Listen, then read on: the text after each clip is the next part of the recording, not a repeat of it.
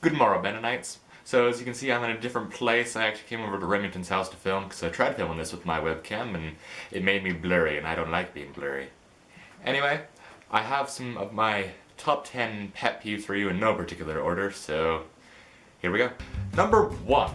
Hate on the Star Wars prequels. First of all, I grew up with the Star Wars prequels, so they were my original trilogy, if that makes any sense. And no, it doesn't, but I like them because that's what I grew up with, I suppose. And here are some of the common complaints I hear about the Star Wars prequel. Jar Binks is one of the main complaints. He was meant to be a comic relief character, just like C-3PO and R2-D2 were meant to be comic relief characters for the original trilogy.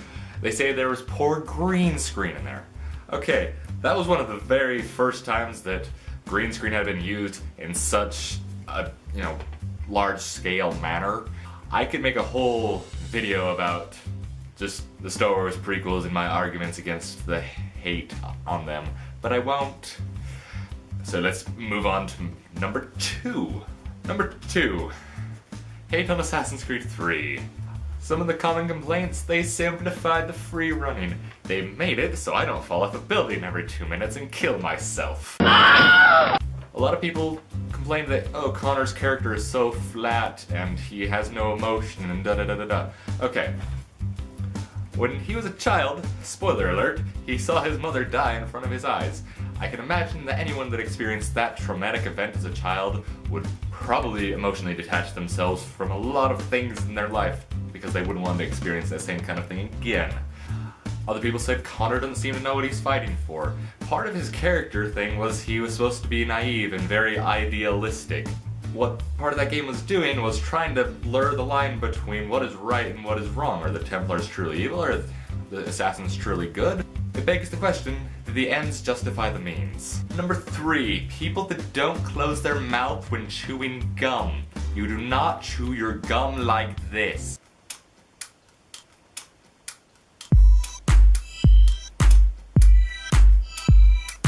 Number 4. People who walk slowly. Everyone does this. At school, at work, in Walmart, mostly in Walmart because their mobility scooter does not have a lawnmower engine attached to it yet. Number 5. People who can't hold babies correctly. Especially parents. This is a big part of the reason when people ask me if I want to hold their baby, I say no because I'm afraid that I'm going to mess it up. When you hold a baby, you don't do this. Or this. Especially not this. If you really need a tutorial on how to hold your baby that badly, here you go. When people let their child misbehave. I deal with this on a nearly daily basis at work. Don't let your children chase the birds. Turkeys and chickens don't like being chased, and they will chase you back. Stop it. Number 7. When I hold open the door for someone and they purposely avoid eye contact or open the door right next to me.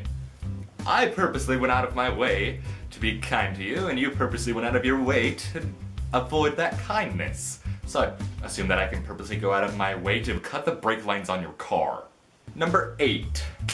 Motorcyclists who weave in and out of traffic. Going down the canyons where I live, people on bullet bikes do this constantly, weaving in and out of traffic, and I have a story for you.